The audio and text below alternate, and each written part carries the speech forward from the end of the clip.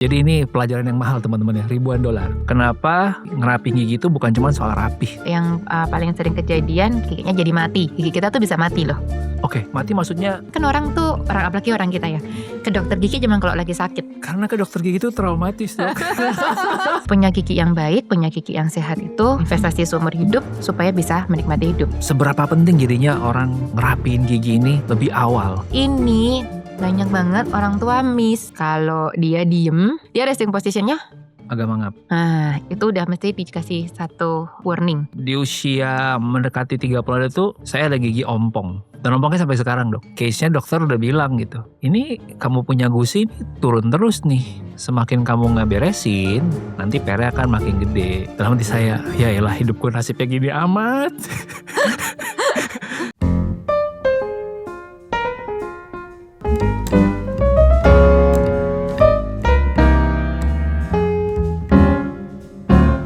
Thank you for coming to Underdog Podcast. Ternyata mutual friends-nya lumayan banyak ya. Iya, betul sekali. Dan kebetulan istriku juga pasiennya. Aduh. Gak disangka ya. Gak disangka, aduh. Aku tuh banyak yang pengen diobrolin soal gigi. Karena menurutku gigi ini satu hal yang overlook banget buat kebanyakan orang. Saya baru beberapa bulan lalu bikin podcast video isinya adalah 5 kebodohan saya umur 20. Termasuk salah satunya adalah memperhatikan gigi. Oke. Dan pas umur 30-an baru kayak, aduh harusnya dulu gue benerin deh ya. So semoga ini bisa ngebantu teman-teman, bisa mencegah teman-teman semua gak boncos duit. Ya yang paling penting gak perlu ngalamin rasa sakit yang saya alamin gitu. Tapi yang pertama dok, boleh cerita dulu udah berapa lama jadi dokter gigi, dan sekarang spesialisasinya di mana, terus kenapa dari segitu banyak profesi pilihnya dokter gigi? Waktu pas awal-awal jadi dokter gigi agak bingung gitu. Yeah. Pengen ambil yang apa gitu. Tapi pas sudah berjalan, I found my passion itu di clear aligner. Yeah. Especially di merapikan gigi orang tapi menggunakan clear aligner. And then now aku lagi ambil master. Oh, oke. Lagi master in clear aligners. Jadi sekolahnya online, sekolahnya ya online ada offline sih. Offline-nya jadi dalam waktu berapa bulan mesti ke London gitu. Wow, nice. Jadi ada ya master di clear aligner? Yes, aku juga baru realize 5 tahun terakhir ini. Terus kayak maju mundur, ngambil nggak ya, karena berasa pas udah tua tuh kayaknya otak disuruh belajar, suruh bikin paper kayak susah banget. Apalagi waktunya tuh. Jadi aku tuh sekolah jam 3.30 subuh sampai jam 6.30. Jadi waktunya lumayan ke tukar-tukar. Tapi tahun kemarin I decide buat sekarang atau tidak sama sekali gitu. Berapa lama nanti akan selesai? 2 tahun setengah. Ini udah jalan 1 tahun. And then tahun abis ini mulai disertasi. Wow, semoga diberikan energi untuk bangun pagi dan nyelesain ya. Itu sih yang paling susah ya. Iya benar. Tapi spesifik banget, clear aligner. Punya passion meratakan gigi, merapihkan kondisi gigi yang mungkin gak ideal gitu. Kenapa gitu? Itu kan spesifik banget ya buat. Jadi aku pas kecil, aku sering ngomong ke beberapa orang tua pasien. Jadi aku pas kecil, aku kelas 4 SD. Jadi kira-kira umur berapa tuh? 9-10 tahun lah ya. Gigiku tuh jelek banget kayak keluar gini. Terus anak cewek pasti kan kayak punya insecurity ya. Kayak aduh mami pengen giginya dirapiin gitu. Dan my mom bilang oke lah ke dokter gigi. Aku tuh tinggal di Semarang. Semarang tuh kan small town lah ya. Gak kayak Jakarta gitu. Terus 90-an itu juga masih awam banget lah orang tahu tentang teknologi gitu. Jadi dibawa ke dokter gigi pada saat itu kalau mau pakai braces udah pasti butuh dicabut giginya. Betul. Dan memang taunya pada saat itu memang taunya gitu. Nggak ada opsi lain kan. Mau giginya rapi ya pakai braces gitu. Oke, akhirnya pakai braces. Terus kemudian ada kejadian nih. Aku mungkin ini anak-anak zaman sekarang nggak tahu main lompat tali. Tahu nggak sih yang pakai tali karet itu? Itu kan mainan udah langka ya sekarang. Aku mainan lompat tali. Aku jatuh. Giginya tuh lepas gitu. Makin panik, nangis lah ya, nggak mau giginya ompong. Terus my mom juga panik banget. Terus akhirnya inget banget tuh ke dokter gigi. Dokternya sebenarnya udah nggak terima pasien, tapi my mom insist pokoknya anak gue harus ditolongin gitu. Dan untungnya insist karena tuh ada golden hour-nya. Kalau lepas lebih dari golden hour itu that's it, giginya nggak bisa diselamatin gitu. Terus dokter ngomong ini in between golden hour, I'm so sorry nggak bisa pakai anestesi, nggak bisa pakai apapun. Jadi ya udah, lakukanlah gitu. Terima saja rasa sakit. So aku inget banget ya tuh di kursi dokter gigi. Kan ada pegangannya ya. Iya betul. Pegangannya tuh ini kursi dokter gigi zaman dulu ya. Jadi jangan ada dikasih apa sih celemek gitu. Jadi aku inget banget aku tuh ngeremet si ininya celemeknya sampai celemeknya robek. Kebayang sih itu rasa sakitnya sih. Tahu kan saking udah. And then habis gitu untungnya giginya masih bisa diselamatkan sampai sekarang. Kalau enggak aku udah ompong. Terus habis gitu mau tetap harus lanjutin braces-nya dong, kan nggak bisa stop di tengah-tengah gitu. Pas udah jalan lagi terus baru tahu kok udah pakai braces tapi kok space-nya nggak nutup-nutup nih, nggak beres-beres gitu. Terus dari bayangin kelas 4 SD sampai SMA kelas 3. Berarti mungkin sekitar 8 tahun. Kayak udah enak banget ya pakai braces. Terus habis gitu I have like my grandma itu tuh dentist tapi dia nggak benar-benar praktek lah. Terus dia ngasih tahu cucu-cucunya, ini nggak ada yang mau jadi dokter gigi gini. Kalau ada yang mau jadi dokter gigi ya, aku kasih allowance 1 bulan 2 juta. Wih. Zaman itu 1 bulan 2 juta kan gede ya. Gede dong. Dan of course aku kan ini ya memikirkan cuan. Aku langsung oke, I can try. Tapi itu tuh coba daftar di Trisakti. Pas itu sih sebenarnya kepengenan utama pengen masuk teknik kimia karena aku suka sains, suka kimia gitu. Tapi akhirnya keterima dokter gigi and sesuai janjinya Oma dikasih allowance 2 juta per bulan. Ini tuh cerita yang gue gak pernah cerita ke siapa-siapa loh bener. Terus udahlah pas jadi dokter gigi aku tuh curious gitu, kenapa kok caseku nih gak beres-beres, gak selesai-selesai. Jadi itu dari zaman kecil sampai kuliah gak beres-beres. Betul. Wow. Akhirnya ketemu sama satu dosenku, terus dia menjelaskan, maaf banget nih, tapi your case itu semestinya gak butuh dilakukan pencabutan. Makanya kenapa space-nya tuh sisa-sisa. Dan ada case, kamu tuh gigi depannya sudah pernah patah, dibalikin lagi. Jadi gigi depannya gak bisa dimundurin ke belakang, karena takut, karena itu giginya tuh dulu udah pernah lepas, terus di avulsi bahasa kedokterannya, terus dimasukin lagi. Jadi it's a bit risky buat dimundurin giginya gitu. Jadi dia bilang, sekarang kenapa ada sisa space? Ya memang karena seharusnya gak dilakukan pencabutan. Akhirnya di Jakarta ulang lagi tuh, pas udah jadi mahasiswa, ulang lagi pakai braces lagi. Sekolah kedokteran 5 tahun, 5 tahun pakai braces. Udah selesai nih, udah jadi dokter gigi. Di hari gue wisuda aja tetap ada kawat giginya.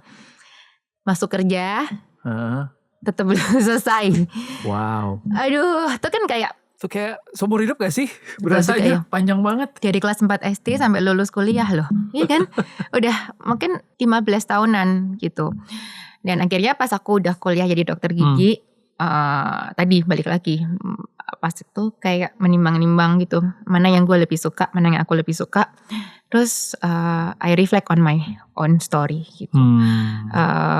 Pas aku belajar mengenai Invisalign, mengenai clear aligner, baru kayak dapet pencerahan gitu. Oh, how if dulu pas aku kecil, aku tahu atau orang tua aku tahu bahwa ada cara lain yang tidak harus dilakukan pencabutan. How if ternyata dulu mungkin orang tua aku tuh dapat informasi lebih gitu kalau anak-anak tuh bisa ditreat dengan cara yang lain. Nah dari situ itu yang membuat aku kayak kepengen banget, aku selalu ngomong sama pasien, gua udah pernah ngerasain nih bertahun-tahun pakai braces, gak selesai-selesai. Kenapa? Karena gua salah plan di awal gitu. Aku gak menyalahkan dokternya, mungkin memang pada saat itu ya memang adanya ya, itu gitu kan. Betul, jadi ya memang gitu. Tapi kan sekarang kita hidup di zaman yang berkaitan erat dengan teknologi, ya kan. Gue sih gak bisa berkaitan pada handphone gue sih, semua kan ada di handphone kita, sama gitu. Di dentistry juga sama. Kalau teknologinya tuh evolve gitu. Nah dari situ aku sudah ngomong sama pasien, aku nih udah pernah ngerasain nggak enaknya. Aku nggak mau kamu atau anak kamu ngerasain yang aku rasain gitu. Karena tuh pengalaman yang iya nggak enak banget. That's why itu aku juga sering bilang, aku tuh kepengen pasien, kan orang apalagi orang kita ya, ke dokter gigi cuma kalau lagi sakit. Bener kan? Karena ke dokter gigi itu traumatis dok. Entah kenapa kayaknya belum berangkat aja tuh ngumpulin tenaganya dan keberaniannya tuh berhari-hari loh. Nah itu yang gue rasain juga pas gue duduk di kursi dokter gigi, nggak pakai anestesi, terus sampai ngerusak si taplaknya itu. Dan aku kayak punya pemikiran, aku nggak mau pasien itu merasakan apa yang pas itu aku rasakan. Aku di posisi itu, aku even nggak bisa nangis loh. Jadi udah selesai nih treatmentnya, terus baru keluar air matanya, kayak saking udah stresnya gitu ya. Nah itu the same thing. Aku berharap kalau orang tuh ke dokter gigi, ke aku tuh bisa bantu mereka, bisa jelasin ke mereka dengan detail, dengan jelas. Ini loh permasalahannya, ada hope, ada harapan yang bisa kita lakukan bersama-sama antara dokter gigi dan pasiennya supaya hasilnya kayak gini nih, hasilnya lebih baik. Pas banget di podcast ini, semoga banyak teman-teman yang bisa terbantu ya. Amin. Dan gak perlu ngalamin kesalahan yang dulu mungkin ya. Aku tuh kalau ngomongin gigi ya, satu takut sama dokter gigi. Saya gak tahu itu bagaimana cara beresinnya ya. Saya solusinya adalah bilang sama dokter gigi, dari semenjak duduk, saya puterin lagu saya boleh gak? Boleh, oke silahkan gitu ya. Terus lagi perawatan, mata tutup. Dalam hati, mata tutup kan gak ngaruh ya, kan gak kelihatan juga. Panik attack-nya. Tapi ya pelan-pelan akhirnya mulai bisa terbiasa. Menurutku yang sangat ngebantu sekali adalah ketika dokternya mulai bisa mengkomunikasikan dengan baik. Nanti saya ini ya, nggak sakit kok. Sakitnya sebentar, cuma waktu ini. Tarik napas yang dalam, 3, 2, 1. Gitu. Udah selesai sakit. Jadi menurutku panduan-panduan itu sangat ngebantu. Tapi menurutku satu lagi yang sangat ngebantu adalah ketika dokter itu bisa menjelaskan sisi risetnya atau scientific dengan dalam gitu. Nah itu aku pengen tahu dulu. Kan orang kalau ngomongin ngerapihin gigi pakai behel atau pakai aligner gitu, seringkali ngerasanya cuma buat estetik. Tapi saya menemukan istri saya itu dia pakai aligner, salah satunya adalah karena dia punya isu TMJ, yang ternyata itu bisa kena ke saraf, bisa bikin dia sakit kepala. Efeknya panjang. Nah itu kan orang nggak ngebahas tuh. Nah itu aku pengen pakai kesempatan ini untuk ngasih pencerahan lah ya buat teman-teman. Kenapa ngerapiin gigi itu bukan cuma soal rapih loh. Oke.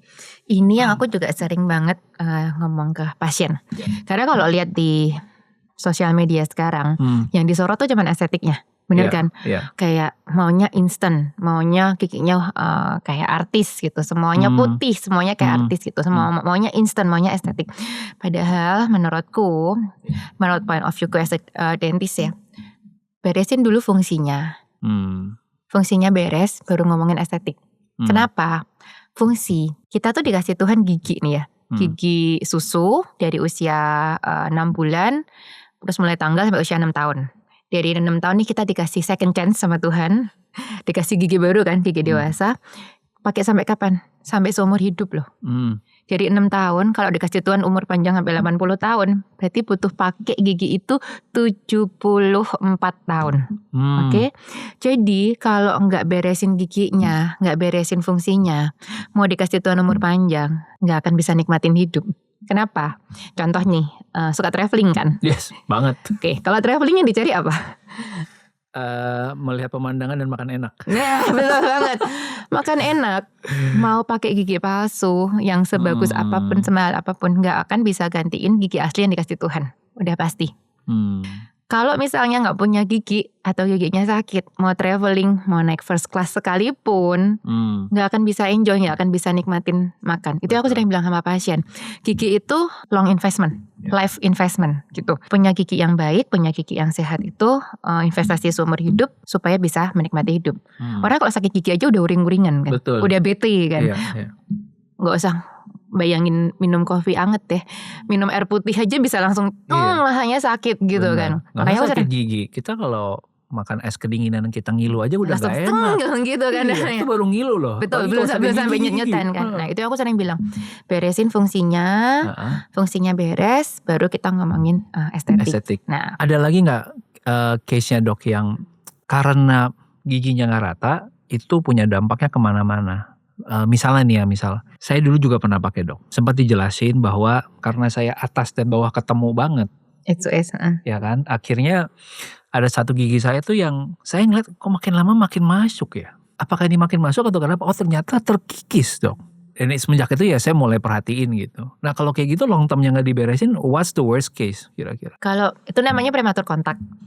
Jadi harusnya dia nggak kontak, tapi karena gigitannya nggak benar dia kontak terus. Ya. Yang paling sering kejadian giginya jadi non vital, giginya jadi mati. Gigi kita tuh bisa mati loh. Oke, mati maksudnya? Giginya masih ada di dalam mulut, tapi dia jadi gigi itu ada lapisan paling luar namanya enamel, lapisan kedua dentin, lapisan ketiga tuh isinya pembuluh darah dan pembuluh syaraf. Itu tuh tipis banget kayak rambut kita gitu. Kalau dia kena force yang terus-terusan kayak gini, si syarafnya yang di atas yang tipis itu lama-lama terputus. Nah kalau itu ini ya analogi isinya lah ya. Pada saat itu terjadi giginya masih ada, tapi giginya ini sudah tidak mendapatkan suplai oksigen dari pembuluh darah dan pembuluh syaraf pusat. Apa yang terjadi pada saat kontak terus giginya non vital, giginya berubah warnanya jadi gelap, jadi lebih gelap. Nah setelah itu mulailah ada kemungkinan terjadi lesi di dalam. Kalau pakai ronsen baru kelihatan tuh ada hitam, padahal pasiennya ngerasanya nggak kenapa-kenapa. Seringnya tuh aku ada beberapa case kayak gitu datang ke klinik, dok ini kok gigiku warnanya hitam sendiri ya, yang lainnya giginya putih kok ini hitam sendiri ya gitu. Nah pada saat dicek kita scan, kita kasih lihat gigi kitanya, ini loh dia prematur kontak. Harusnya yang lainnya belum kontak, dia udah kontak duluan. Ada another case juga. Pasien ini sebenarnya case yang simpel. Sariawan tuh kan sering terjadi ya. Dia tuh ngomong, dia tuh bisa kayak bolak-balik sariawan dan kegigit terus di tempat yang sama. Awalnya dia berpikir, oh mungkin karena makan, kan kita kadang-kadang makan kegigit gitu. Terus tapi dia ngomong makin lama tuh makin gak nyaman karena dia merasa luka sariawannya di tempat yang sama dan lukanya tuh makin mengganggu dia, makin besar. Akhirnya pas aku cek baru ketahuan kalau giginya dia yang paling bukan gigi bungsu, kan giginya dia yang ketujuh, molar kedua, giginya tumbuhnya gini ya. Giginya dia tuh tumbuhnya nih nabrak ke pipinya dia. Jadi tiap kali dia makan, orang kan kunyah gini ya. Dia enggak, dia gini. Jadi ini kunyah mana? Kunyahnya sama pipinya dia. Makanya dia tiap kali sariawan. Nah pada saat itu of course tindakannya tadi balik lagi, nggak cuma ngomongin estetik, orang tuh di gigi belakang nggak kelihatan kan. Tapi kan mengganggu secara fungsi, dia jadi nggak bisa makan di area situ. Jadinya oke, kita rapikan giginya, kontaknya yang salah ini kita perbaiki supaya dia bisa kontak. Nah pada saat udah dia perbaiki, dia baru ngomong, aduh gila enak banget ya hidup gak pakai sariawan. Beneran dia pakai gitu.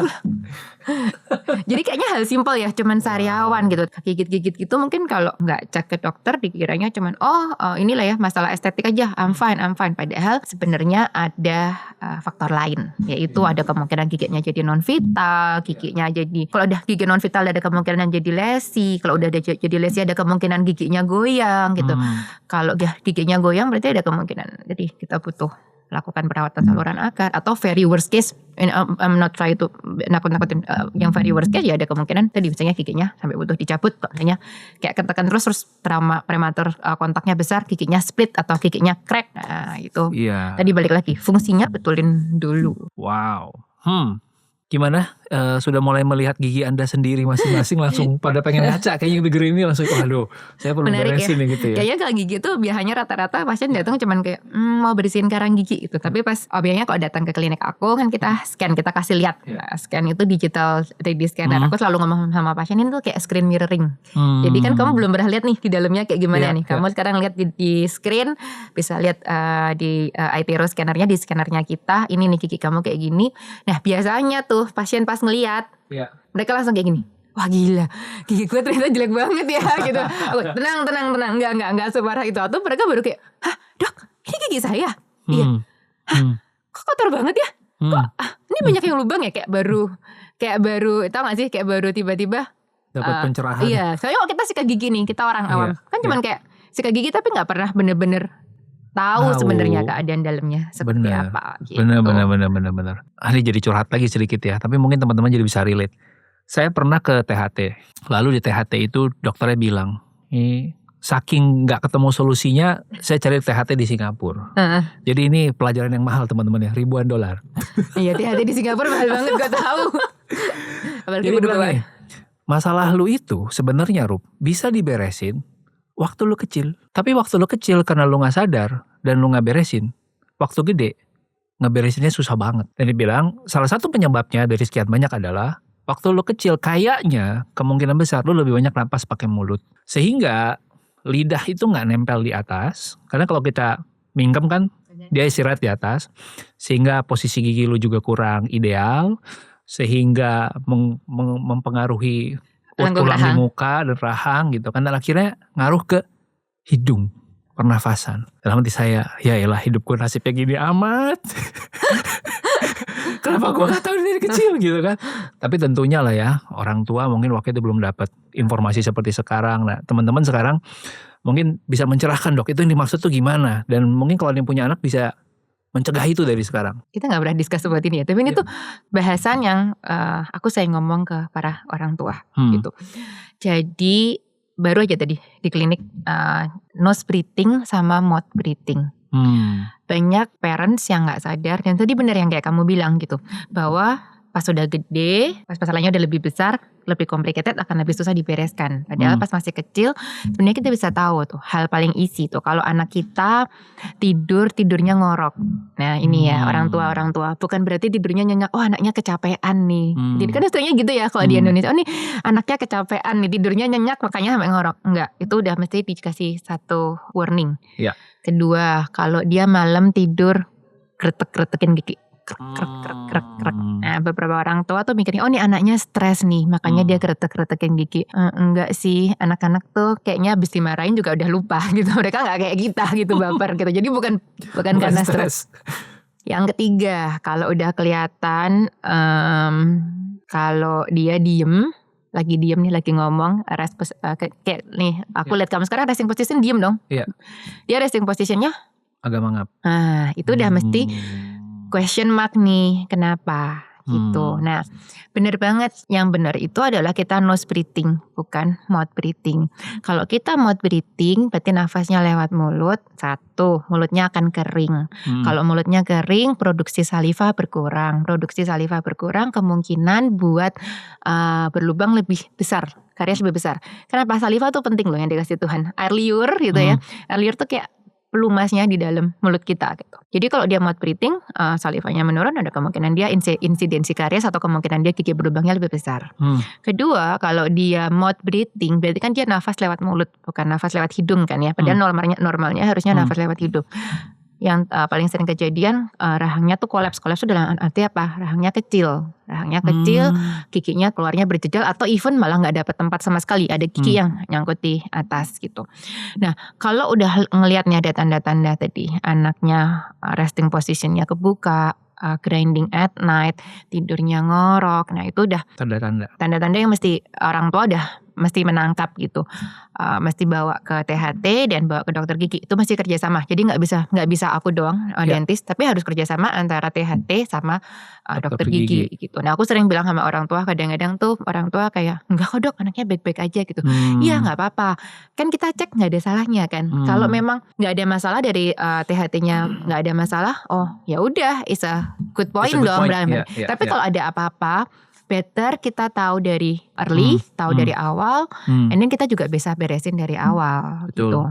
Nah ini tuh lead to another point, bahwa kalau beresin masalah gigi di anak-anak itu harus nunggu kalau udah gede, udah teen gitu, udah remaja. Biasanya remaja baru mau di treatment ya. So itu salah gitu. We can start early. Kita bisa dari anak umur 7 tahun, itu yang orang tua sering gak sadar. Dari anak umur 7 tahun itu masa perkembangan anak-anak lagi ada di growth hormonnya mereka, which is very good gitu, karena mereka masih masa pertumbuhan. Kemungkinan buat kita beresin di masa kecil itu lebih besar. Jadi jangan tunggu sampai udah di teen, tuh kayak PR-nya udah banyak gitu, kayak minusnya udah banyak gitu. Kalau kita bisa bereskan pada saat kecil, mungkin pas teen ya tinggal minor gitu, tinggal dikit, atau mungkin udah bisa, udah nggak ada, udah beres semuanya gitu. Nah yang paling sering kejadian sama THT itu adenoid. Jadi ada sumbatan di hidungnya atau ada tonsil, jadi dia memang nggak bisa nafas lewat hidung. Nah ini juga ini lucu sih, kadang ada orang tua datang ke aku, ya dok dia gak bisa nafas lewat hidung, saya tahu sih. Terus saya kasih isolasi dok mulutnya. Gak bisa juga sih, gak bisa juga loh. Jadi kalau gak bisa, harus kita cari tahu penyebabnya kenapa. Beda-beda. Iya betul, jadi tadi cek ke dokter gigi, cek ke THT, harus kerjasama gitu. Jadi bukan kayak oke dilakban nanti dia bisa nafas lewat hidung. Gak gitu cara kerjanya. 18 tahun berarti kan ya sebagai dokter gigi. Seberapa penting jadinya orang ngerapiin gigi ini lebih awal kalau kayak tadi anak-anak gitu. Dari umur 7 udah bisa ya? Jadi kalau anak-anak tuh kalau sudah mulai tumbuh gigi dewasanya, udah mulai diperkenalkan ke dokter gigi. Nah ini juga tadi ngomongin balik ke kamu tadi kan, kamu sempat bilang kan kalau ke dokter gigi tuh belum apa-apa udah panik duluan kan. Aku sering bilang ke orang tua, anak-anak itu kan sebenarnya kayak kertas putih ya. Mereka tuh kan nggak tahu mana yang menakutkan, mana yang nggak menakutkan, gitu benar kan? Kalau dia dari kecil, dari early sudah dibawa ke dokter gigi dan tidak ditakut-takuti ya, bukan kayak, oke nanti kalau nggak mau makan dicabut giginya. Iya kan, sering kan. Nanti kalau makannya lama disuntik sama dokter giginya gitu. Itu yang akan itu yang akan memberikan mereka penilaian negatif ke dokter gigi. Padahal ketemu kita aja belum pernah nih ya.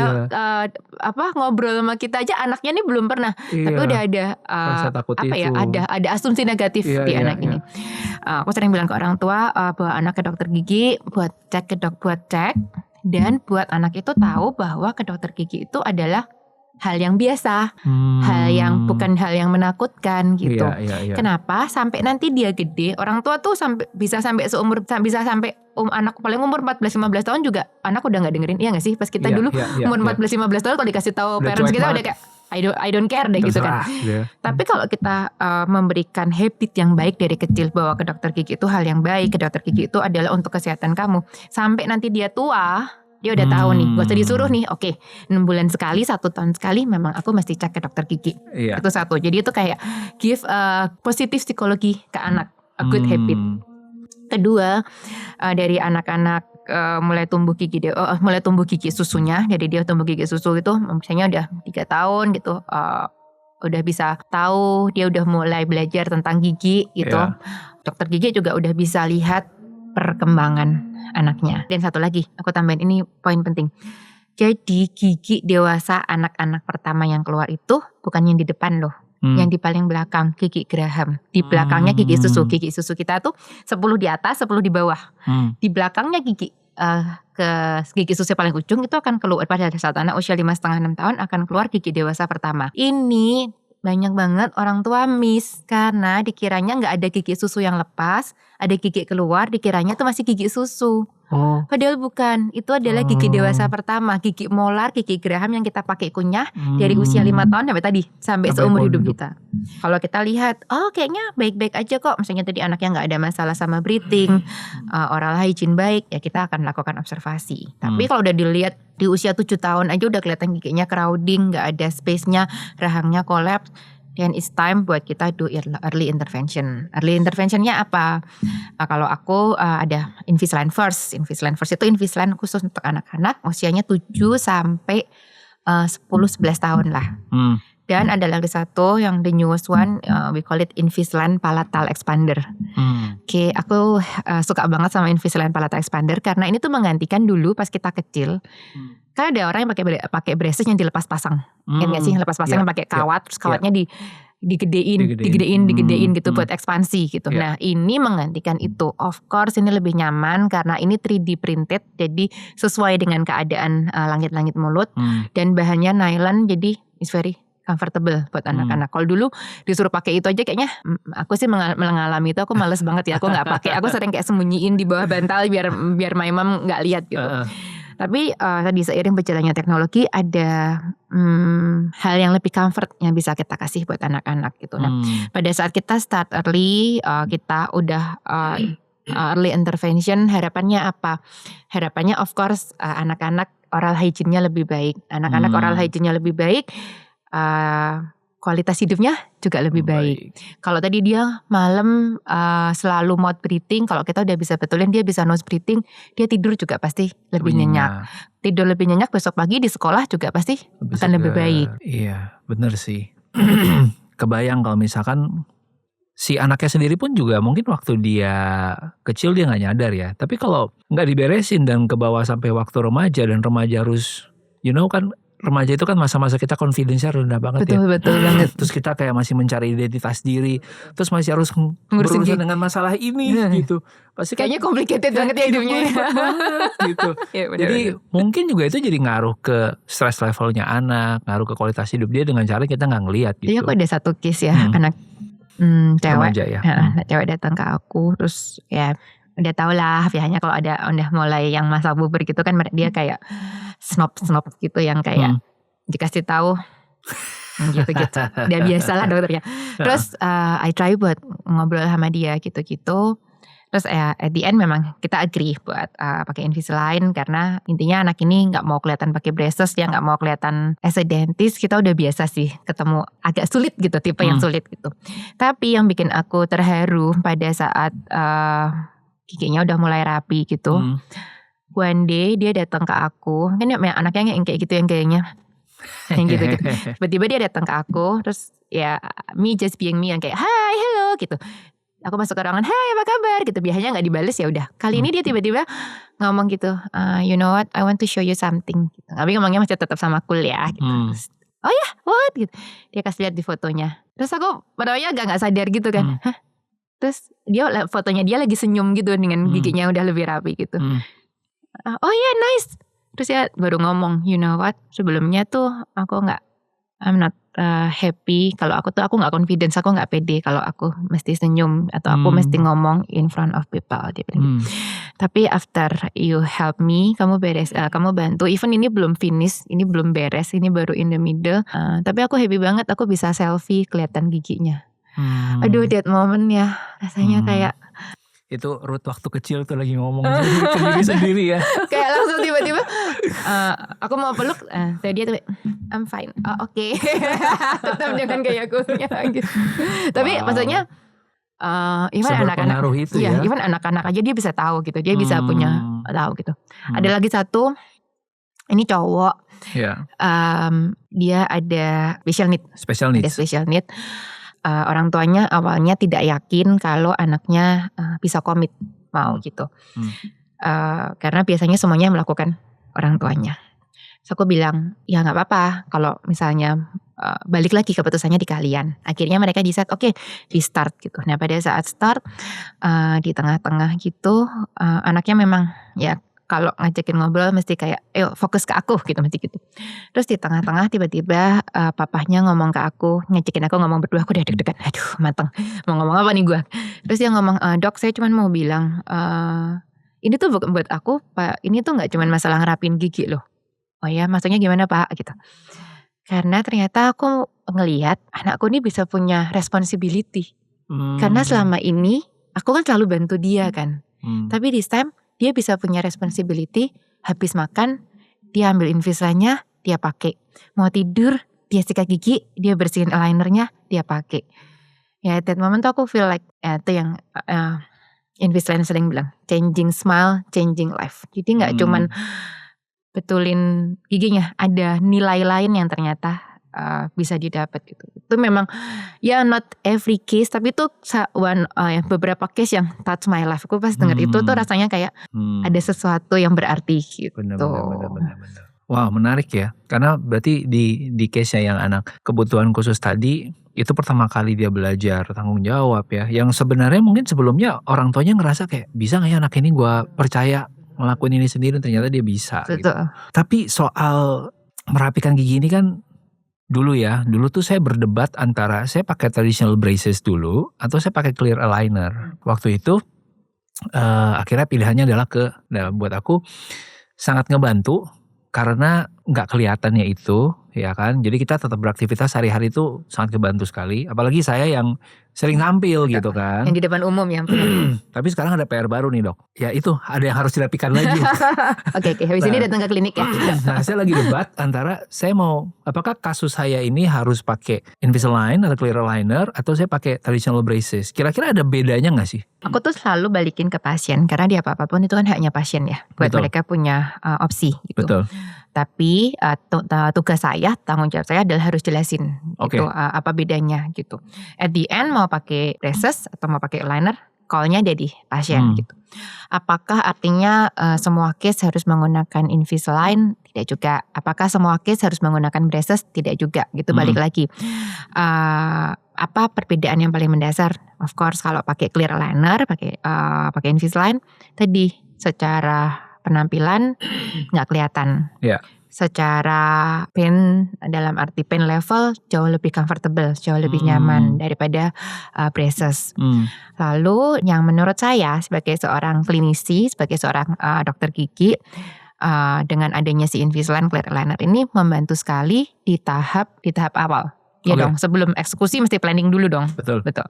Nah kalau misalnya pakai Invisalign, pasien itu visualisasinya lebih jelas karena ada yang disebut dengan clean check. Clean check itu kayak treatment plan awalnya. Jadi visualisasinya nanti kalau giginya udah dirapikan akan jadinya kayak gini.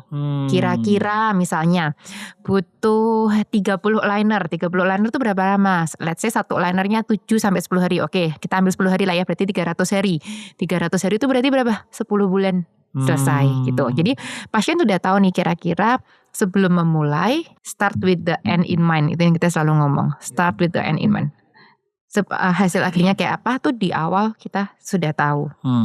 Lalu di case yang tadi, ini giginya butuh dicabut atau enggak ya? Bukan berarti kalau pakai Invisalign pasti tidak butuh dicabut. Di Invisalign juga ada beberapa case tetap butuh pencabutan. To be fair ya. Betul. Di braces juga sama. Mungkin butuh cabut, mungkin butuh enggak. Tadi balik lagi, kalau pakai Invisalign tadi di visualisasinya kita bisa kasih gambaran ke pasien. Misalnya memang kasusnya butuh pencabutan, kita bisa jelaskan ini loh. Kalau enggak dicabut kan jadi kayak gini. Enggak ada space-nya, enggak cukup nih. Jadi kita udah bisa punya plan di awal dengan jelas. Sebisa mungkin kita nggak lakukan pencabutan gitu. Now extraction for face, not for space gitu, bukan buat cari space, karena space kalau di Invisalign kita bisa cari dengan cara lain gitu. Tadi balik lagi visualisasi awalnya, start with the end in mind. Kita bisa jelasin ke pasien, ini loh kita bisa cari space dengan cara lain, nggak cuma dengan dicabut. Ini giginya ini bisa digeser, bisa dengan sela-sela giginya dilonggarin, bisa giginya diekspansi. Jadi pasien punya gambaran jelas nih, oh gue pengen giginya kayak gini nih gitu. Bentar dok, berarti ini kan saya pernah nemenin istri ya untuk melihat si visualisasi itu kan. Berarti sebenarnya untuk case gigi itu, misalkan gigi istri saya, waktu dia selesai konsul itu bisa dibuatkan beberapa skenario gitu ya? Betul. Jadi ada beberapa skenario, misalnya oke, kalau kita cabut, misalnya ada pasien, dok pokoknya saya mau dicabut. Ya, oke, kita bikinkan plan kayak dicabut kayak gini. Masalahnya kalau dok saya nggak mau dicabut, pokoknya saya nggak mau dicabut giginya. Oke, kita kasih lihat ini kemungkinannya tuh seperti ini. Dan ada beberapa case yang pasien tuh datang kayak veneer tuh kan kayak semua orang pengen di veneer kan. Veneer tuh diputihkan ya nggak? Dikasih lapisan Kasih lapisan. Aku sering ngomong tuh analoginya kayak pakai kuku palsu lah kira-kira kayak gitu. Nah, aku di Invisalign tuh ada namanya Invisalign Smile Architect. Jadi sama, kalau giginya udah rapi, kita mau pakai veneer, nanti kira-kira nih kalau yang sudah dengan muka, dengan visualisasi muka. Jadi visualisasinya bukan cuma di gigi aja loh. Kadang kan orang awam agak susah ya bayangin ini gigi gue kalau nanti jadi di muka gue kayak gimana gitu. Ini visualisasinya pakai in-face visualization, bahkan ada 3D face visualization. Jadi bisa diputar gitu. Ini dari samping nanti giginya kayak gimana. Nah, giginya bisa tadi yang Smile Architect itu bisa dikasih lihat. Ini kalau giginya rapi aja kayak gini. Kalau rapi plus ditambahin veneer kayak gini. Nah, aku sering bilang sama pasien, think dulu. Tadi kan kita start with the end in mind. Pikir dulu maunya tuh kayak gimana, ekspektasinya kayak gimana. Jadi jangan buru-buru decide something tapi nggak tahu in the long term kayak gimana gitu. Tapi si mesin ini ya dok, ini sebagai orang yang kadang-kadang kita pengen mengadopsi teknologi, tapi kita juga kadang-kadang pengen berhati-hati. Karena kan namanya sesuatu yang baru, tapi nggak baru-baru banget sih. Invisalign itu dari 90-an ya. Betul. Udah 22 million patient. Benar, tapi buat orang yang baru pertama kali kan tetap berasa baru ya buat dia ya. Yang aku pengen tanya, dari mana skenario itu bisa muncul gitu? Oke, this is what I love about Invisalign. Invisalign itu I bet nggak ada any brand yang punya 22 million data. Oke, jadi data. Ini 22 juta pasien yang dulu udah pernah pakai gitu ya. Itu akan dipakai untuk improve the teknologi gitu. Dan Invisalign itu ada tadi kalau bahasanya ada Smart Track, Smart Stage sama Smart Force itu 3 dari mereka. Smart Track itu gambaran dasarnya materialnya. Nah ini tuh hal yang I'm very happy to talk about this, okay? Karena aku boleh buka nggak sih? Boleh. Ini belajarnya jauh loh. Berapa tahun tuh jadi master liner? Ini tuh kalau dilihat tuh ada kayak garis-garisnya nih, lihat nggak sih? Kayak ada fingerprintnya itu, kelihatan. Benar kayak, betul kayak fingerprint. Kayak ada fingerprint. Nah aku tuh dulu, and then 2024. Aku dipanggil Align buat visit factory-nya mereka. Jadi factory-nya ada beberapa di belahan dunia. Aku visit salah satu factory-nya mereka. Pada saat aku visit factory-nya mereka, I'm very impressed karena buka terus 24 jam gak pernah stop sama sekali. Wow.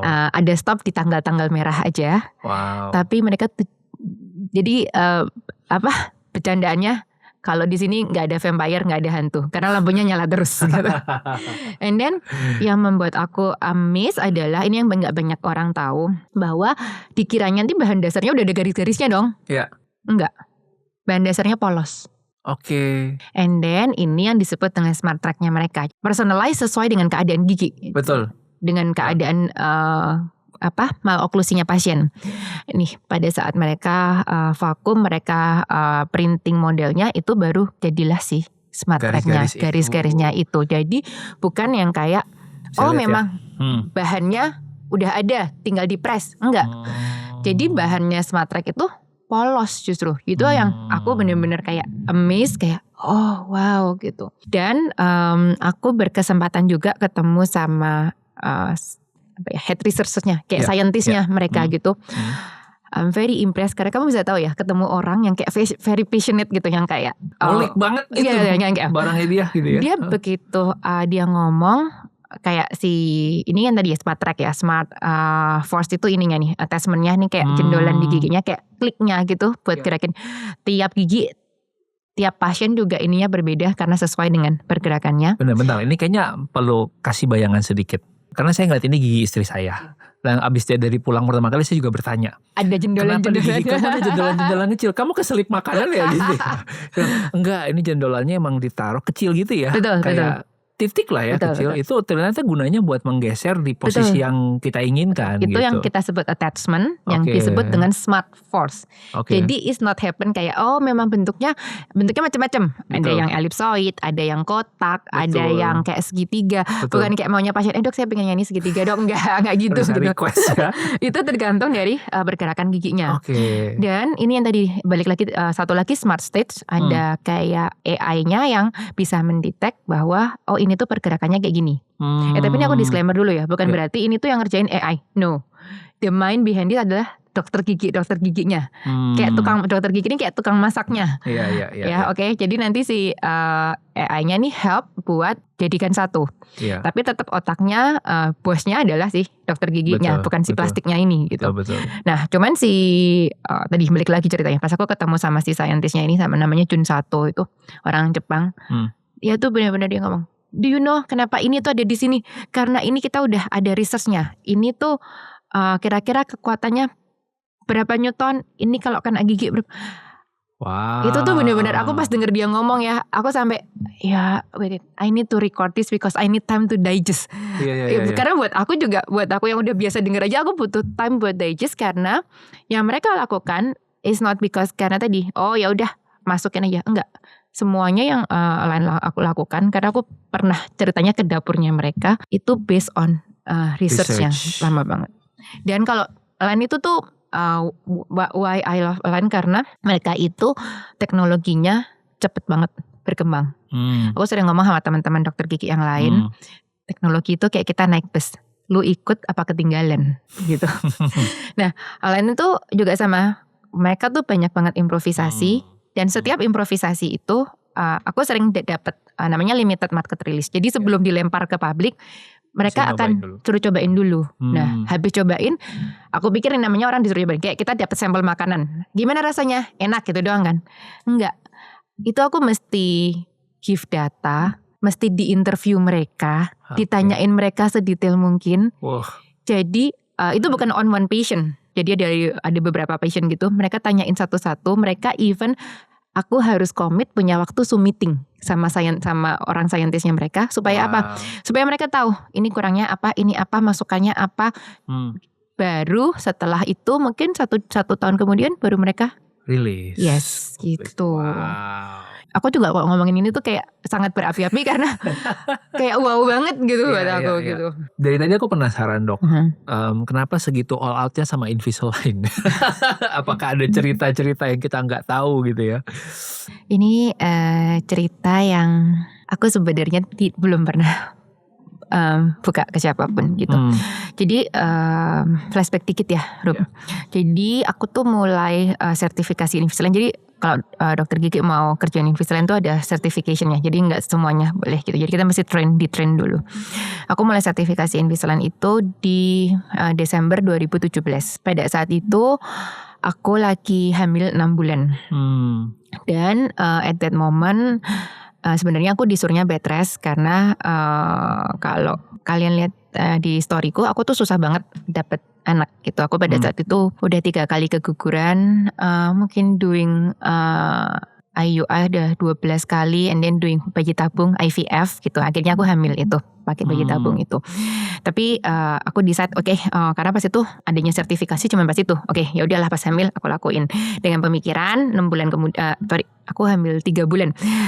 Dengan pemikiran Juni itu anakku lahir. Habis itu aku mau mulai praktek lagi gitu, pakai ilmu yang sudah aku dapat pada saat sertifikasi gitu. But then Tuhan punya rencana lain. Suami pertamaku jadi anakku lahir 29 Juni 2018. 27 September 2018 suami pertamaku dipanggil Tuhan. Of course pas itu dunia runtuh lah buat aku. Itu I cannot, aku nggak bisa digest tuh nggak sih, nggak bisa ngerti gitu, nggak bisa ngerti apapun maksud apa yang dimaksud sama Tuhan, whatever it is, aku nggak tahu gitu. Aku baru bisa berfungsi dalam arti normal itu mungkin sekitar di Desember 2018. Jadi dari September, Oktober, November itu 2 bulan itu aku nggak mau ketemu siapapun. Aku pergi ke suatu tempat gitu. Aku benar-benar diem karena I need time buat digest this grief gitu.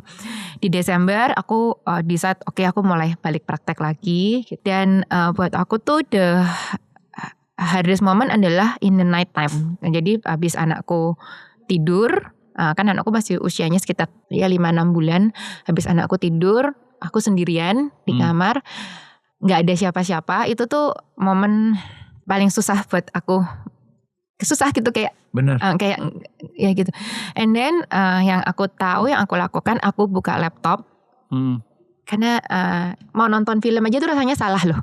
Nonton filmnya nonton YouTube ya. Nanti ada film apa yang ada kepikiran malah nangis lagi. Jadi menurut aku mesti cari, aku nggak mau denger lagu salah. Nanti pasti jadi kayak it's all about memory kan. Jadi aku buka laptop, aku buka Invisalign web. Jadi di situ ada namanya educational site buat dentist. Jadi yang aku lakukan apa, tiap malam habis pulang praktek anakku tidur, aku buka laptop, aku belajar itu, terus aku tulis. Karena kalau aku tulis aku nggak mikir kan. Aku tulis. Aku fokus ke belajar. Aku fokus belajar itu. Aku lakukan itu every day. Benar-benar setiap hari gitu. In some way, I feel like utang kayak ada utang budi sama Invisalign, karena in some way Invisalign ini help me membunuh rasa grievingku ini, membunuh kesepianku di malam-malam itu. Jadi aku tiap malam itu tulis belajar. Ada beberapa video yang mungkin aku ulang 2-3 kali. Saking mungkin videonya udah habis ya. Tapi aku gak mau sendirian. Poinnya cuma satu pada saat itu. Aku gak mau sendirian malam-malam. Jadi aku ulang. Tanpa aku sadari apa yang aku lakukan itu karena aku melihat itu berulang. Jadi pada saat aku ketemu pasien, tiba-tiba kayak keingat gitu yang yang aku pelajarin tiap malam. Jadi help me as a clinician pada saat di daytime aku kerja di klinik. Aku tahu nih. Kalau ini nih bisa gue giniin nih. Kalau ini nih bisa gue giniin. Karena biasanya kalau sekarang nih aku dengerin video educational atau dengerin seminar tuh belum tentu sekonsen waktu itu. Karena benar-benar pas waktu itu kan otaknya kosong. Aku gak mau mikir apapun. Jadi aku shifting all my focus dengerin itu. Itu yang membuat aku itu tadi mungkin kayak sama Invisalign tuh cinta banget, kayak all out banget gitu. Karena ini sampai ada personal story yang ya gitu. Melewati momen-momen yang terberat dalam hidup ya, menurutku berproses dengan grieving lewat belajar. Ya, karena kayaknya tuh sebenarnya sejujurnya nggak ada. Pas itu sih kayak kepaksa ya. Nggak ada lain. Nonton YouTube salah, nonton Netflix salah, dengerin musik salah, baca buku salah. Udahlah gue kan kalau sama Gigi nggak ada hubungannya dong sama grieving gitu. Iya betul. Tapi ya memang nggak, maksudnya pada saat itu apapun yang bisa jadi coping mechanism yang positif ya dipakai gitu. Jadi ingat mungkin sekalian teman-teman kalau ada yang mungkin sambil dengerin ini, mohon maaf kalau jadi trigger, nanti kita kasih trigger warning. Kalau ada yang kepikiran dengan isu griefnya, kita pernah ngerekam satu podcast yang berbagi adalah psikiater Dr. Andreas Kurniawan. Dia punya buku judulnya Seorang Pria Melewati Duka dengan Mencuci Piring. Gak tahu buku itu. Gak tahu buku itu. Menurutku kalau mencuci piring bisa membantu melewati duka, tentunya belajar sama Invisalign bisa juga. Ya, jadi thanks to Invisalign. Tapi saatnya kita uji seberapa dalam Dr. Ruth memahami Invisalign. Kita tanya yang berikutnya. Dengan semua teknologi ini, Dok, rata-rata orang yang punya kasus dan perlu pakai clear aligner ini, berapa lama dari mulai sampai selesai? Gitu? It depends on the case ya, balik lagi depend. Tapi aku bisa bilang kalau light case, kasus yang ringan, 3-4 bulan udah bisa beres. Oke, paling lama bisa bertahun-tahun? Bisa, kalau kasusnya berat sama sih, bisa kayak dari 3 tahun juga ada, 3 tahun setengah juga ada gitu. Tapi most of the time kira-kira kalau light case 4 bulan udah bisa selesai. Itu sih wow banget ya. Kalau kita pakai braces kan gak mungkin 4 bulan selesai. Kalau a normal case kira-kira 1 tahun, 1 tahun setengah lah kira-kira. Tapi tadi balik lagi ya, itu kerjasama antara tadi teknologi, dokter gigi sama pasien. Compliance, kalau pasiennya gak pakai, benar, mesti dipakai 22 jam ya. Betul. Ya. Kalau nggak dipakai ya mau nggak mungkin 1 tahun setengah berharap ada perubahan. Gitu. Bener sih. Aku juga pernah ngalamin waktu pakai 3 minggu pertama tuh sangat butuh penyesuaian. Butuh penyesuaian. Jangan menyerah, jangan menyerah. Abis itu setelah udah sebulan 2 bulan ya, lebih ada excitementnya. Ngelihat urutannya kan, gue udah setengah jalan nih. Semakin cepat semakin bagus. Betul. Terus udah mulai berasa ini kalau nggak pakai kayak ada something yang missing. Betul. Aku tuh pernah jadi pasien Invisalign juga. Tadi kan udah setelah braces lama, aku pernah coba Invisalign. Jadi aku sering bilang sama pasien, percaya gue deh, gue pakai braces 15 tahunan, lu jangan ini deh, jangan jam ke area yang sama kayak gue. Pas aku pakai Invisalign, bener banget yang kamu bilang. Even aku as a dentist ya, aku ngomong personal aku. Seminggu pertama aku kayaknya pengen quit loh. To be honest ya. I'm sorry Align, tapi this is the truth gitu ya. Seminggu pertama kayaknya pengen quit, ya kan, kayak aduh ini, and then I tell. Of course lah, orang kita nggak pernah pakai terus giginya ditekan kan kita pasti ngerasa janggal ya. Cuman karena aku tadi udah pernah ngerasain pakai braces yang segitu panjangnya, segitu lamanya. Terus tiap kali kamu pernah pakai braces nggak sih, Rup? Braces belum. Oke. Tiap kali dikencengin tuh kan nggak bisa makan ya. And then I tell myself, Ruth, ini jauh lebih nyaman daripada yang dulu. Jadi udah, telan aja, pakai aja. Tapi aku sih setelah 1 minggu lah ya. Setelah 1 minggu, I feel like, kalau nggak pakai kayak, gue mesti pakai nih. Udah ada kayak self consciousness gitu. Aku sering bilang sama pasien, ibu, bapak atau anak-anak itu, 2-3 hari sampai seminggu pertama itu adalah masa cobaan setan. Aku bilang, jangan diikutin. Kalau di pikirannya kayak nggak mau dipakai, jangan diikutin. After that, you will be fine. Apalagi tadi kalau kayak kamu bilang ya, habis 2 bulanan gitu, terus udah berasa kayak ternyata udah ada pergerakannya ya, kayak makin ada apa sih motivationnya. Betul, gitu. karena orang tuh tergerak ketika ngeliat sense of progressnya kan, ketika udah lihat visualnya tuh jadi semangat. Jadi semangat, benar-benar. Sama tadi tuh ngeliat nomornya, gue udah sepertiga jalan, udah 2 jalan, betul. Terus satu juga waktu itu yang bikin motivasi adalah sampai ke level ini ya, misalkan harus dipakai 10 hari, di hari ke-8 tuh kayaknya udah longgar nih, coba pakai. Tapi iya bener lah, bener. Ternyata malah nggak sakit-sakit, berarti udah saatnya pindah. Wah, gue maju 2 hari. Betul. Itu aku juga sering bilang sama pasien. Kita mulai dulu 10 hari. Kalau kamu compliance-nya good, kita jadi 1 minggu. Nah biasanya pas dia jadi lebih cepat jadi 1 minggu, mereka juga berasa kayak berarti excited ya. Ini dong progresku bagus ya dok. Oke, kayak dapat award gitu, kayak dapat reward gitu. Ya aku mau challenge tapi ini dok, kan ini kita bicara semua orang merencanakan giginya dari awal, udah tahu gambarnya, ada plannya. Ada nggak kemungkinan di mana di tengah-tengah tidak sesuai plan yang digambarkan sama si Smart apa tadi namanya? Smart Track, Smart Force sama Smart Track, Smart Force, Smart Stage. Iya, ada nggak kemungkinan 3 itu akhirnya harus dirombak lagi di tengah itu? Ada, to be honest ada.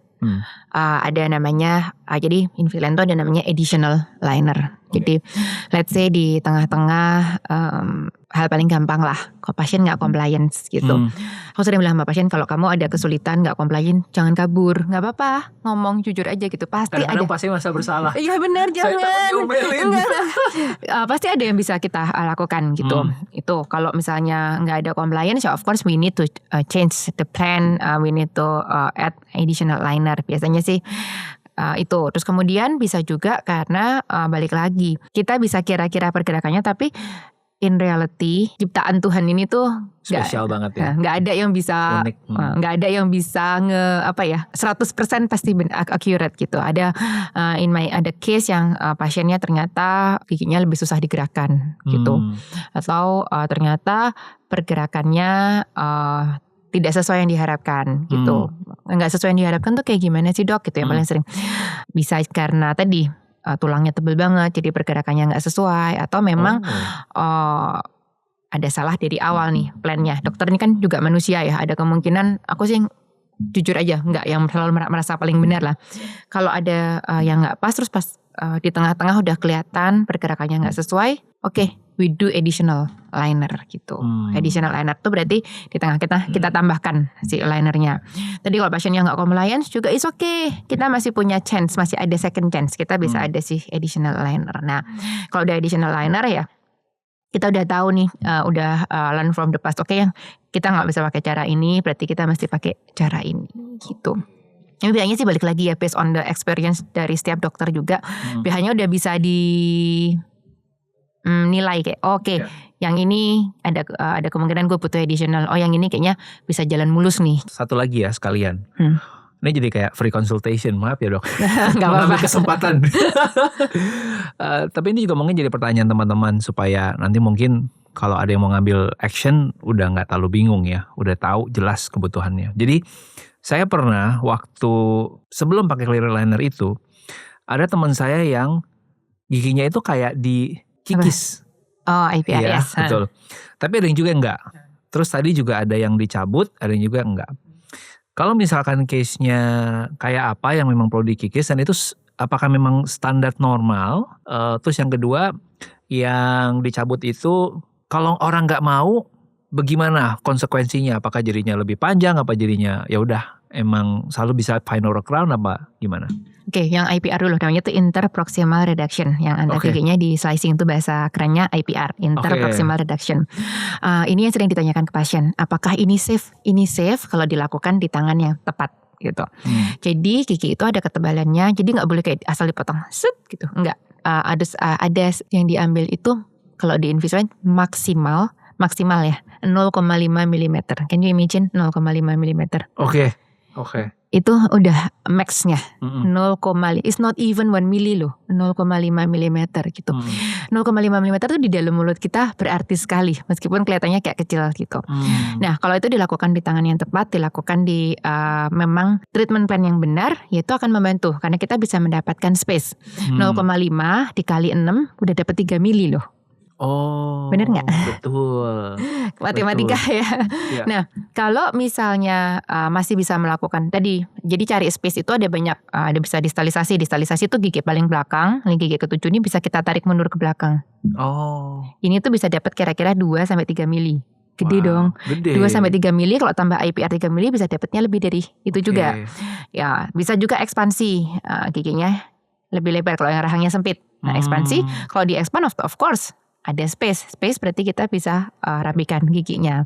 Terus tadi IPR. Nah kalau 3 cara ini setelah kita lakukan perhitungan, kan dokter gigi itu ada hitungannya kan. Betul. Masih belum dapat juga space-nya, masih kekurangan space-nya, berarti kita ke cara terakhir yaitu dicabut. Good. Thank you for sharing, Dok. Ada mungkin beberapa pertanyaan penutup ya yang menurutku jadi biar komplit rasa penasaran. Ada cerita gak sih yang mungkin ini pasien yang insist banget, pokoknya memaksa, nggak mau dicabut apapun caranya gitu, tapi akhirnya ya bisa menemukan celah gitu. Ada satu case, ini tuh pas pasiennya datang ke aku, dia datang sama maminya.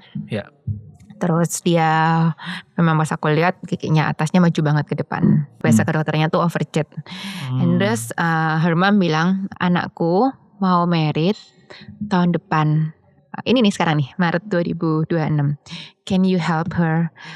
Saya bukan aku gak mau tolong dia. I would love to. Tapi ini case-nya tuh mau gak mau mesti dilakukan itu, either extraction itu. Dia bilang, so you cannot help me. Wah, kena challenge. bukan aku gak mau help you, tapi I think ini gak memungkinkan lah. I'm sorry, aku bilang gitu. Dia ambil tasnya, terus dia ngomong sama mamanya, it's okay lah. Aku akan di hari aku married, ya udah aku kayak gini. It's okay. Dia bilang gitu. Dia keluar. Somehow pas dia meninggalkan ruangan praktek dengan kayak gitu, aku tuh feel berempati. Kayak gue juga kalau anak cewek gue married kayak gitu, gue juga sedih sih gitu. And then terus hari itu pas kejadian aku ada dinner. Selama dinner aku tuh nggak bisa lupa.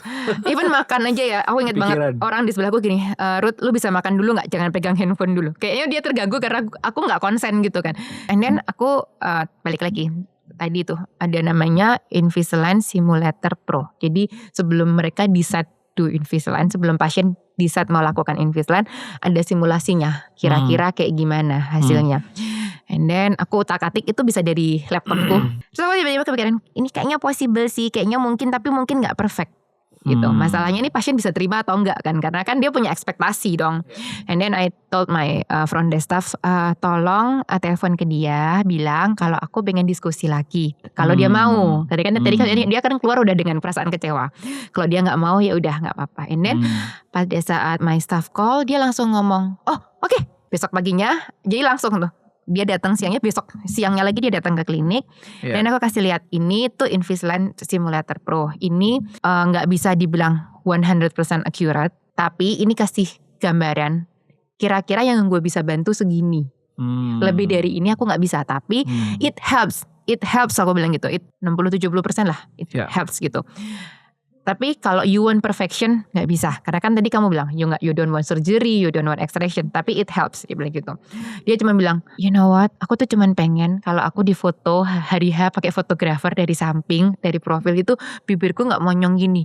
Itu doang yang aku pengen, dia bilang gitu. Aku pengen bibirku tuh bisa nutup, itu doang, dia bilang gitu. And then aku bilang, kalau itu kayaknya aku bisa, kayaknya possible. Aduh, nih maminya langsung kayak, you know what, dia semalaman nangis di kamar gitu. Ini aku bilang, yaudah oke, let's try. Terus dia bilang, oke. Dia bilang, I promise you, I will commit, I promise you, aku bakal compliance. And then ternyata it works very well. Wow. Hasilnya gak jauh dari simulasi. Dia tuh sampai bikin ini, tau gak sih, kalau kayak TikToker tuh yang kayak, yang tau gak sih, yang di yang before after gitu ya. Day one. Day 2, Day 3, and then dia ternyata gak pernah kasih lihat itu ke aku. Di Januari kemarin itu pas dia udah selesai, dia kasih lihat ke aku. Nih, yang dia lakukan dari day 1-nya dia sampai selesai. Aku pas lihat itu, for me, sukses is not about getting patient, getting money atau finishing case. Tapi buat aku tuh sukses tuh kalau kamu bisa touch other people lives gitu. Aku bener-bener kayak terharu banget. Kita pelukan. Dia bilang dia happy banget. Dia punya tunangannya dia yang aku juga nggak kenal. Tiba-tiba kontak me lewat DM. I don't know you, but I just want to say thank you to make my girl can smile. Dengan lebih pede gitu. Pas udah hari terakhir kita udah mau ke retainer, terus dia aku lumayan terharu, dia juga terharu, kita pelukan, dia bilang you know what, you save my wedding day gitu. Nah itu tuh buat aku very satu story yang really touch me gitu. Maret ini ya, happy wedding. Cia. I know that you watching. I know that you're watching. Thank you banget Dr. Ruth udah mau sharing ini. Karena tadi udah sampai di akhir proses orang sampai pakai retainer, berarti tutupannya adalah saya coba recap ya. Kalau teman-teman di sini ada yang punya isu yang berhubungan sama gigi dari waktu muda pun, bahkan anak-anak umur 7 tadi udah bisa gitu kan. Kemudian dikonsultasikan, dilihat apakah case-nya bisa pakai giginya, perlu dicari ruangnya gimana, sebisa Early mungkin nggak intervention. perlu. Sebisa mungkin nggak perlu dicabut. Betul. Nanti akan dibikinin plan-nya. Kemudian ketika plan-nya udah dapet, sudah setuju, Baru kita mulai bikin custom aligner-nya. Betul. Compliance-nya perlu ada, pakai 22 jam sehari. Berarti practically dibuka cuma waktu makan doang kali ya. Betul. Terus habis itu progresnya dimonitor. Habis itu ya udah, kalau udah kelar semua ganti ke retainer. Betul. Yang retainer itu cukup dipakai waktu tidur. Betul sekali gitu. Oke. Kira-kira gambarannya kayak gitu. Mungkin untuk menutup, aku akan cerita sedikit kayak pengalaman ke dokter gigi yang menurutku saya berharap teman-teman gak perlu ngalamin gitu. Bukan lagi nakut-nakutin sekali lagi, tapi berbagi supaya ya dari podcast ini saya selalu bilang education without action is entertainment gitu. Ya teman-teman bisa ngelakuin sesuatu tentang ini. Dulu itu saya termasuk orang yang ke dokter gigi itu nggak 6 bulan sekali, bahkan kadang-kadang nggak setahun sekali. Bisa dimengerti. Kapan gue inget aja. Kapan sakit gigi aja ya. Kapan sakit gigi aja, kapan udah mulai ganggu. Dan di usia mendekati 30 itu saya ada gigi ompong. Dan ompongnya sampai sekarang dok. Oke. Right. Dan ketika mau diberesin itu udah case-nya dokter udah bilang gitu. Ini kamu punya gusi ini turun terus nih. Semakin kamu nggak beresin, nanti PR akan makin gede gitu. Dan ngaruhnya nggak cuma ke gigi itu doang yang bolong. Tetangga-tetangganya juga akan ikutan bermasalah gitu. Jadi ya akhirnya diberesin. Terus saya juga gigi saya 2 depan ini udah pernah root canal. Right? So you going through a lot. I went through a lot. Root canal itu teman-teman, kalau nggak perlu jangan deh gitu ya. Dan saya udah pernah operasi besar di mulut, gara-garanya karena di atas langit-langit mulut saya ini ada kista. Jadi teman-teman hasil operasi itu teman-teman bisa bayangin gini ya, langit-langit mulutnya dibuka semua. Jadi kayak this a big one. Selesai operasi itu kalian kayak pernah ngelihat terpal yang abis kehujanan, dia melengkung gitu ya. Nah kayak gitulah langit-langit mulut saya selama 1 bulan gitu. Saya jadi berkaca gitu. Kenapa nih jadi satu episode yang saya pengen angkat. Karena itu semua hal-hal yang sebenarnya sebagian besar tuh bisa dicegah. Sesederhana dengan ya udah sikat gigi yang benar, flossing, 6 bulan ke dokter gigi. Betul banget. Selesai. Gak perlu ada aneh-aneh itu. Kalau perlu pakai aligner ya pakai aligner. Bentar, aku boleh tambahin dikit gak? Yes boleh. Jadi orang kan sering bilang ya ke dokter gigi itu mahal, benar gak? Betul. Enggak sih, yang mahal bukan ke dokter giginya, tapi ignorance-nya. Kalau tuh ke dokter gigi cuman giginya baik-baik aja, cuman scaling 6 bulan sekali, pasti fine. Tapi kalau ada gigi lubang, oke, udah tahu lubang kecil, kita harusnya bisa langsung tambal biasa. Didiemin lubangnya makin besar tadi, butuh root canal. Root canal kalau nggak dilakuin juga giginya jadi mesti dicabut. Udah dicabut kanan kirinya jadi kena juga. Betul. Jadi mesti implan. Yang mahal itu tadi ignorance-nya. Bukan jadi ke dokter gigi, bukan dokter giginya yang mahal, tapi ignorance-nya. Karena tuh kayak fireball, kan makin lama jadi makin menggulung jadi makin besar gitu. Dari sisi ekonomi ya. Bisa ditanggulangi kalau tadi dari awal early intervention tadi kita udah lakukan. Percayalah teman-teman, saya udah ngalamin. Bukan cuma di mulut, bukan cuma di gigi, tapi juga di dompet. Jadi benar yang kamu ceritain tadi benar. Yang mahal itu adalah ignorance-nya. Jadi semoga teman-teman bisa lebih baik lagi dengan kesehatan oralnya gitu ya, dengan kesehatan giginya. Kalau ada yang mau tanya-tanya bisa kemana dok? Bisa ke Danta Dental Studio. Nanti nomornya bisa. Nanti kita taruh Instagramnya. Untuk penutup ada kata-kata untuk hari ini. Ada kata-kata penutup dok, silakan. Aku sering bilang sama kan pasien itu selalu ngomong kalau dia takut ke dokter gigi. Aku sering ngomong ini ke timku. Lawan kata fear itu bukan berani. Lawan kata dari takut itu adalah harapan faith, ada harapan. Jadi buat teman-teman yang takut ke dokter gigi, percayalah, pasti ada hope, pasti ada sesuatu yang bisa kita lakukan bersama untuk membuat keadaan gigi mulut kalian tuh lebih baik gitu. Jadi jangan stuck di fear-nya, jangan stuck di takutnya gitu. Pasti ada yang bisa kita lakukan untuk jadi lebih baik. Tuh, start dengan datang ke dokter gigi, kita ngobrol apa yang bisa kita lakukan. Sebelum pulang dok, aku ada oleh-oleh. Thank you. Ini pertama kalinya kita bikin merchandise di Underdog Podcast, bisa diterima. Thank you. Nanti ini buat special ini ya. edition. Anda orang keempat yang baru menerima ini. Nanti aku pakai buat bikin maca di klinik. Terima kasih. Thank you you. for coming. Thank you for coming. Thank you so I really much. appreciate it.